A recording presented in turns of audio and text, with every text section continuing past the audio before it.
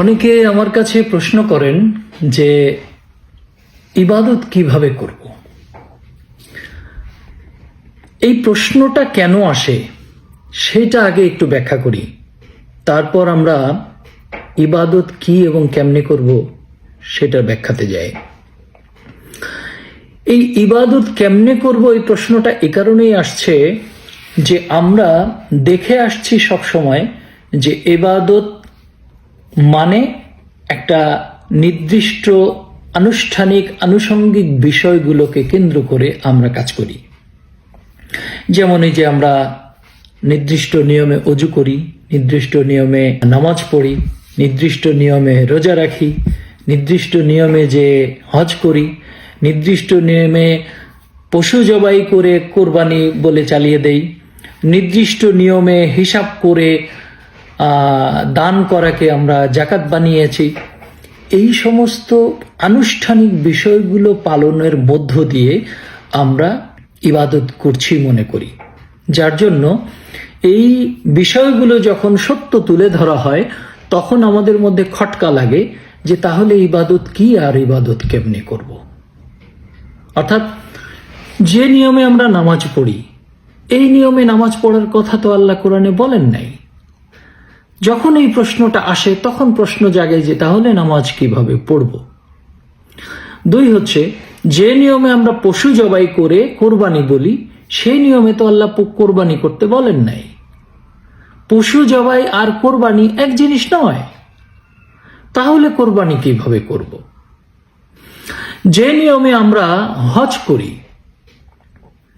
সেই নিয়মে হজ করে আমরা মনে করি যে আমরা পাপ মুক্ত হয়ে গেছি, নিষ্পাপ হয়ে গেছি, কিন্তু সেই নিয়মে হজ করলে তো পাপ মুক্ত হয় না।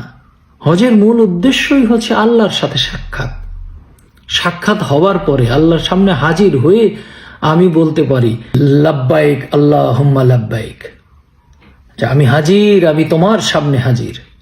তো আল্লাহর সামনে আমি না যেয়ে কিভাবে বলি আমি তোমার সামনে হাজির? তাহলে আমরা যে নিয়মটা পালন করি কিন্তু আসলে হজ হয় না, তাহলে হজ কিভাবে করব, তাই না? এরপরে আসুন, আমরা যে নিয়মে রোজা থাকি, এই যে সকাল থেকে সন্ধ্যা অবধি না খেয়ে থাকি, তো সেই নিয়মে রোজা থাকলে কি আমার সংযম হয়? আমার চোখের সংযম, আমার কানের সংযম, আমার নাকের সংযম, আমার মুখের সংযম, আমার দেহের সংযম, এমনকি আমার চিন্তার সংযম, সেগুলো কি হয়? যদি হয় তাহলে রোজা থেকেও তো মানুষ ধর্ষণ করছে, রোজা থেকেও মানুষ ওজনে কম দিচ্ছে, রোজা থেকেও মানুষ ভেজাল মেশাচ্ছে, রোজা থেকেও মানুষ 200 টাকার পণ্য 2000 টাকায় বিক্রি করছে। তাহলে সংযমটা হচ্ছে না কেন? তাহলে কি আমার এই না খেয়ে থাকাটাই সার? যদি না খেয়ে থাকাটাই রোজা না হয় তাহলে রোজা কি? এই তো আমাদের প্রশ্ন। এই সকল কিছু মধ্যে দিয়ে আমাদের সত্য জানতে হবে, আর সত্য জানলে তখন আমরা বুঝে ফেলবো যে ইবাদত কি এবং কিভাবে করব। আচ্ছা, এবার আসুন ইবাদত বিষয়টা যদি বিশ্লেষণ করি। ইবাদত আরবি শব্দ যার মূল হচ্ছে আব্দ। আব্দ অর্থ হচ্ছে দাসত্ব করা। যে দাসত্ব করে সেই ইবাদত করে, যে দাসত্ব করে সেই বান্দা হয়। এখন দাসত্ব কি? দাসত্ব কি কেবল আনুষ্ঠানিকভাবে নিজেকে পরিষ্কার পরিচ্ছন্ন করে তারপর দাঁড়ানো, এটা কি দাসত্ব? নাকি দাস যদি আমি হই, দাসত্ব যদি মেনে নেই, তাহলে সার্বক্ষণিক দাসত্বের মধ্যে থাকা, আর সেই সার্বক্ষণিক দাসত্বে থাকলেই হচ্ছে ইবাদত। তা না হলে আমি এই যে প্রচলিত নিয়মে অজু করলাম, তারপর আমি নামাজে দাঁড়ালাম, নামাজ পড়লাম, রুকু করলাম, সেজদা দিলাম, কিন্তু আমার মন পড়ে আছে আমার দোকানে, মন পড়ে আছে আমার ব্যবসায়, মন পড়ে আছে আমার অফিসে, মন পড়ে আছে আমার প্রেমিক প্রেমিকার কাছে, মন পড়ে আছে আমার সংসারে, মন পড়ে আছে আমি কিভাবে ওই জমি দখল করব, মন পড়ে আছে কিভাবে আমি ওই টাকাটা আত্মসাৎ করব, মন পড়ে আছে কিভাবে আমি আরো ঘুষ খেয়ে আমি আমার ঈদের বাজার করব। তাহলে আমার মন নাই, আমার দেহ দিয়ে আমি আল্লাহর সাথে প্রতারণা করছি। আল্লাহ তো দেহের কথা বলেন নাই। ইবাদতের বেলায় আল্লাহ নারী পুরুষ ভাগ করেন নাই, সময় নির্ধারণ করেন নাই, স্থান নির্ধারণ করেন নাই, পোশাক নির্ধারণ করেন নাই। একমাত্র জিনিস ঠিক করতে বলেছেন, সেটা হচ্ছে অন্তর। আপনি অন্তর থেকে আল্লাহর সকল হুকুম আহকাম অর্থাৎ আদেশ নিষেধ সার্বক্ষণিক স্মরণে রেখেছেন কিনা এবং স্মরণে রেখে সেই অনুযায়ী কাজ করছেন কিনা, সেটা হচ্ছে ইবাদত, সেটা হচ্ছে দাসত্ব এবং সেটা হচ্ছে বান্দার কাজ।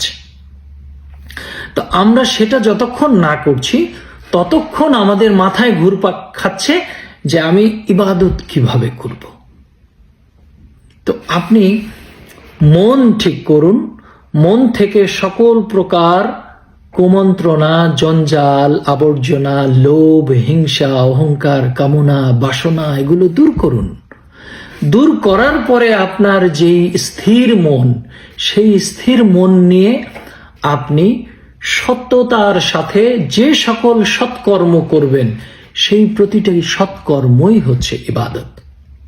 অর্থাৎ আপনি মিথ্যা বলবেন না, চুরি করবেন না, ভেজাল মেশাবেন না, ওজনে কম দিবেন না, প্রতিশ্রুতি ভাঙবেন না, আমানত নষ্ট করবেন না, অন্যের হক নষ্ট করবেন না, সম্পদ সুষ্ঠুভাবে বন্টন করে দিবেন, কাউকে গালিগালাজ করবেন না, সবার সাথে উত্তম আচরণ করবেন, উত্তম ভাষায় কথা বলবেন এবং সকলের সাথে বিনয়ে আচরণ করবেন। এগুলোই ইবাদত। এগুলো ব্যতি রেখে আপনি যা কিছু করেন সেগুলো কোনো কাজে আসবে না।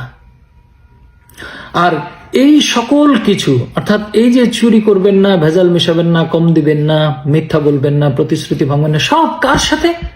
মানুষের সাথে। তাহলে আপনার ইবাদতের মূল কেন্দ্র কি? মানুষ। মানুষ ভজ, মানুষের মধ্যেই তুমি স্রষ্টাকে খোঁজো। মানুষ ভজলে, মানুষের সাথে উত্তম আচরণ করলে, মানুষের হক যথাযথভাবে আদায় করলে এবং মানুষের সাথে প্রতিশ্রুতি রক্ষা করলে তবেই আল্লাহ খুশি হন।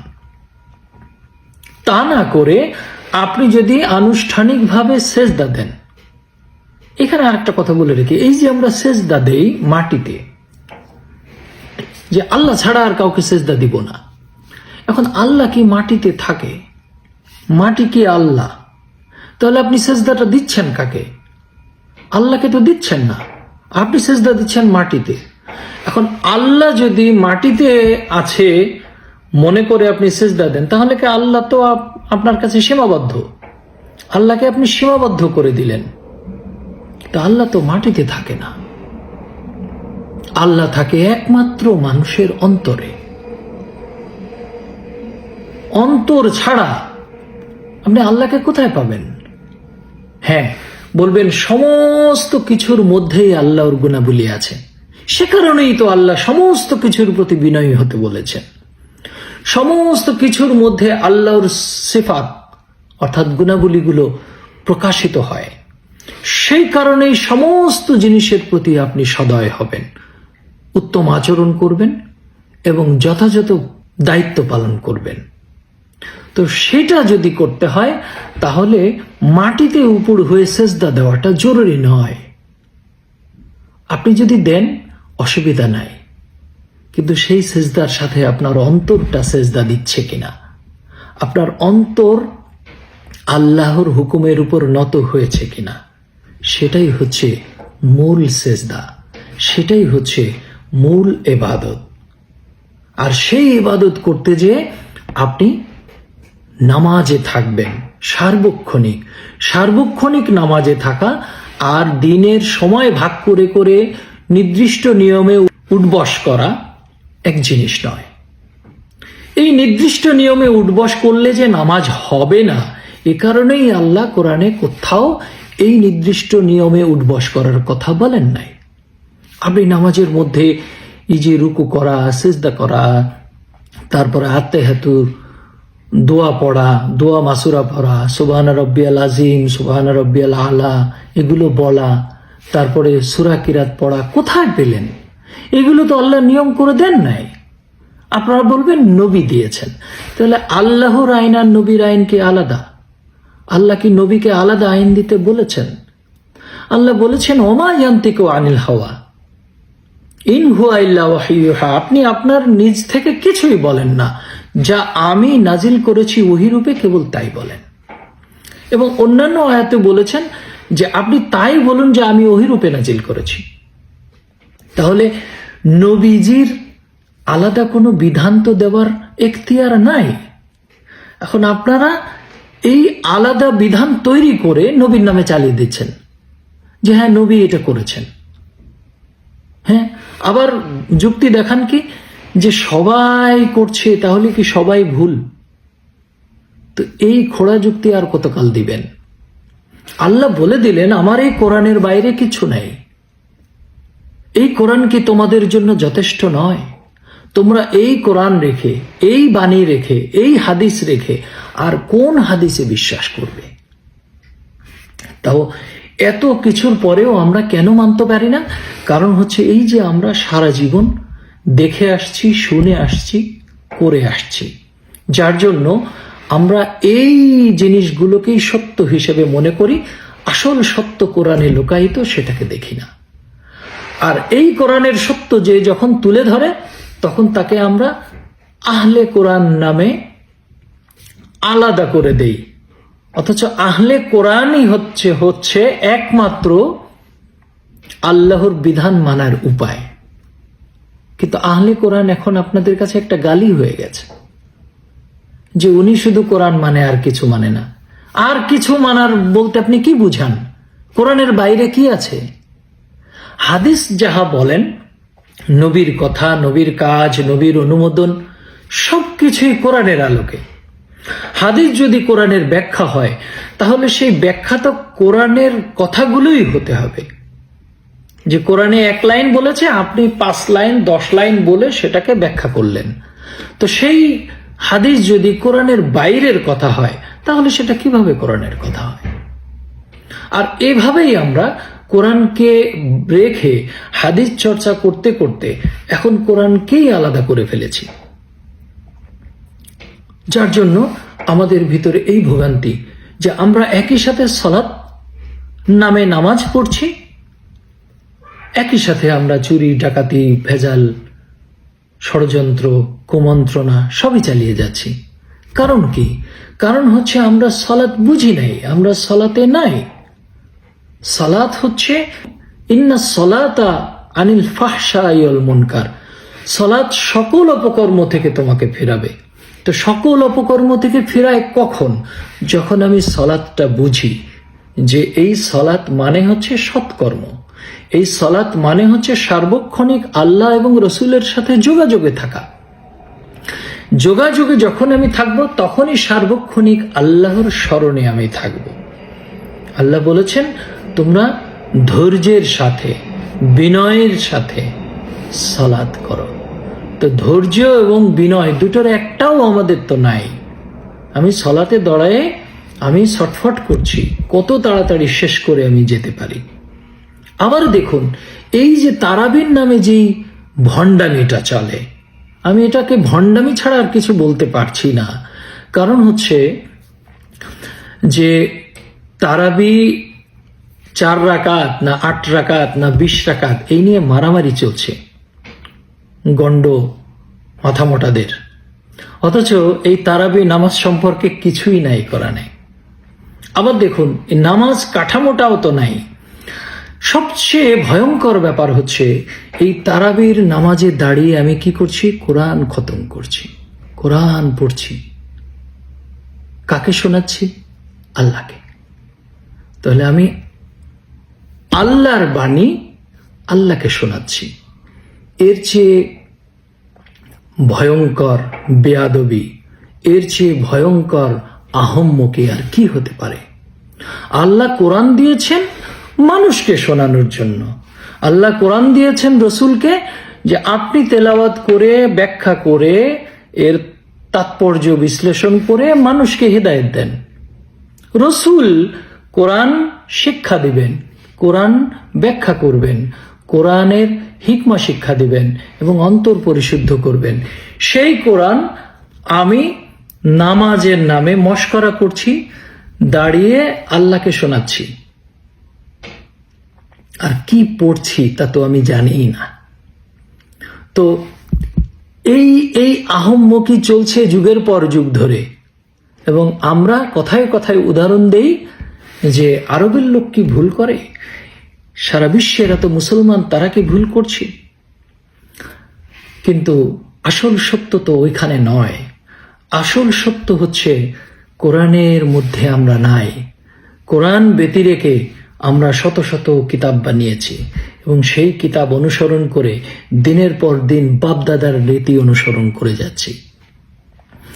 এই তারাবির নামাজ শুরু হয়েছে মহানবীর ওফাতের আরো অনেক পরে এসে হযরত ওমরের সময়ে। ওমর রাদিয়াল্লাহু একটা নিয়ম করে দিলেন, সেই নিয়মকে আমরা ইসলাম বানিয়েছি, আল্লাহর আইন বানিয়েছি। তো এরকম বিভিন্ন সময় বিভিন্ন শাসকগণ তারা নিয়ম বানিয়েছেন, সেই নিয়ম তো আল্লাহর নিয়ম না, আর সেটা নিয়ে আমরা মারামারি করছি। 20 রাকাত না 4 রাকাত না 8 রাকাত, যার আদৌ কোনো অস্তিত্বই নাই। তারাবি শব্দের অর্থ হচ্ছে বিশ্রাম। আপনি যে সিয়াম করছেন, সিয়াম করে আপনি যে নিজেকে সংযত করেছেন, সংযত করার মধ্য দিয়ে আপনি যে পরিশুদ্ধ হয়েছেন, এই পরিশুদ্ধ হবার পর আপনি ইফতার করবেন, অর্থাৎ ভেঙে ফেলবেন। কি ভেঙে ফেলবেন? আপনার অন্তরের সকল কালিমা দূর হবার পর যে সূর্যোদয় হবে, চেতনার জাগরণ হবে, স্রষ্টার সাথে সাক্ষাৎ হবে, তখন আপনার ইফতার হবে। আর এই ইফতার হবার পর তারপরে যে আপনার সেহরি হবে, সেহরির পর এরপরে যে আপনার কদর হবে। কদর হচ্ছে একদম স্বয়ং স্রষ্টার সাথে সাক্ষাৎ। তানাজ্জালুল মালায়েকাতু ওয়ার রূহ, আমরা ফেরেশতা এবং রূহ নাজিল করি। ওই রূহ নাজিল হওয়াটাই হচ্ছে আপনার জীবনের মুখ্য বিষয়। সেটা কিন্তু এই যে আমরা ভাগ করে নিয়েছি বেজোড় রাত, রমজান মাসের শেষ 10 দিনের মধ্যে, এইগুলো আমরা আসলে বুঝি না। বেজোড় রাত তো অবশ্যই, বেজোড় মানে হচ্ছে এক আপনার এবং শয়তান, এই দুইয়ের মধ্যে থেকে যখন আপনি শয়তানকে বিতাড়িত করে এক হবেন, সেই এক হচ্ছে বেজোড়। আর রাত হচ্ছে মহিমান্বিত রাত। রাত মানে হচ্ছে আশেপাশে আর কিচ্ছু নাই, একদম অন্ধকার, একমাত্র আপনি ছাড়া, একমাত্র স্রষ্টা ছাড়া। ওই এক হওয়ার বিষয়টা হচ্ছে রাত, এবং সেটাই মহিমান্বিত রাত। সেই মহিমান্বিত রাতে আপনি স্রষ্টার সাক্ষাৎ পাবেন। স্রষ্টার সাক্ষাৎ পাবার পর আপনার ঈদ হবে, আর সেই ঈদ হওয়ার পরে যে আপনি বিশ্রাম নেবেন, সেটা হচ্ছে তারাবি। কিন্তু আমরা কি করেছি? কিছু অনুষ্ঠান বানিয়ে সেই অনুষ্ঠান পালন করে আমরা তৃপ্তির ঢেকুর তুলছি যে কতই না ইবাদত করলাম। আবার দিন শেষে আমি ঠিকই ঘুষ খাচ্ছি, দিন শেষে ঠিকই আমি ভেজাল মেশাচ্ছি, দিন শেষে ঠিকই আমি ছলচাতুরি প্রতারণা করে ব্যবসা করছি, দিন শেষে ঠিকই আমি মানুষ ঠকিয়ে সম্পদ আত্মসাৎ করছি, সম্পদ জমিয়ে রাখছি, দিন শেষে ঠিকই আমি আমার সম্পদ আঁকড়ে রেখে কাউকে ভাগ দিচ্ছি না, দিন শেষে ঠিকই আমি আমার আমিত্ব নিয়ে ব্যস্ত হয়ে আছি। তাহলে দাসত্ব আমি কোথায় করলাম, কখন করলাম, কিভাবে করলাম? এই হচ্ছে আপনার ইবাদত, দাসত্ব এবং নামাজ, রোজা, হজ, যাকাত, কোরবানি। এই প্রত্যেকটা বিষয় আলাদা আলাদা বলতে গেলে ভিডিও অনেক বড় হয়। আমার হজ নিয়ে আলাদা ভিডিও এখন পর্যন্ত আমি সুনির্দিষ্ট করে দেই নাই, দেব ইনশাল্লাহ। রোজা নিয়ে আলাদা ভিডিও আছে, নামাজ নিয়ে আলাদা ভিডিও আছে, জাকাত নিয়ে আলাদা ভিডিও আছে। এগুলোর বিস্তারিত আলাদা আলাদা ভাবে আমি আবারও করব। তবে আপাতত এটুকু জানুন যে ইবাদত কিভাবে করবেন এই প্রশ্ন যখন আসবে, আপনি চিন্তা করুন আপনি কি করছেন। আপনি সারাদিন যা করেন, আপনি সারাদিন যা চিন্তা করেন, সারাদিন যা কথা বলেন, সারাদিন যা কর্ম করেন, সব কিছুই আপনার ইবাদতের মধ্যে আসতে হবে। আর সেই ইবাদতের মধ্যে আসতে হলে আপনার অন্তরকে পরিশুদ্ধ করে পবিত্র করতে হবে। অন্তর পানি দিয়ে ধোয়া যায় না, অন্তর ধুইতে হয় পবিত্রতা দিয়ে, সততা দিয়ে, সত্য চেতনা দিয়ে। সেই চেতনা দিয়ে যখন আপনি অন্তর ধুবেন তখন হবে আপনার অজু, তখন হবেন পবিত্র। সেই পবিত্র হয়ে আপনার অন্তরে সারাক্ষণ স্রষ্টার আসন থাকবে, সারাক্ষণ স্রষ্টা স্মরণে থাকবে। তাহলেই আপনি সার্বক্ষণিক স্রষ্টাকে স্মরণে রাখছেন, সার্বক্ষণিক সলাতে থাকছেন, সার্বক্ষণিক ইবাদতে থাকছেন। ধন্যবাদ।